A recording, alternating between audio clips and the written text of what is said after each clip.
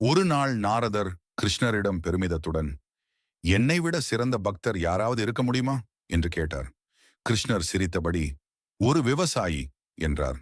ஆச்சரியப்பட்ட நாரதர் கிருஷ்ணருடன் அந்த விவசாயியை பார்க்க கிராமத்துக்கு சென்றார். விவசாயி நாளில் 3 முறை காலை, மதியம், இரவு மட்டும் கிருஷ்ணரை நினைத்தார். இதை கண்ட நாரதர் குழப்பமாக, நான் எப்போதும் உங்களை நினைக்கிறேன். அதை பொறுத்து இந்த விவசாயி எப்படி சிறந்த பக்தராக முடியும் என்று கேட்டார்.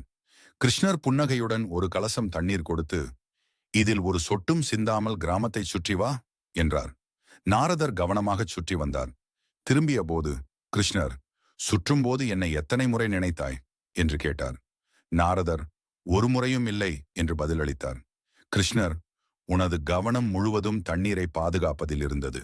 ஆனால் அந்த விவசாயி தனது வாழ்க்கையின் சிரமங்களும் கடமைகளும் உள்ள போதும் நாளுக்கு 3 முறை என்னை நினைத்தார். அதுதான் உண்மையான பக்தி. கடமைகளை செய்யும் போது கூட மனதில் பகவானை நினைப்பது என்றார்.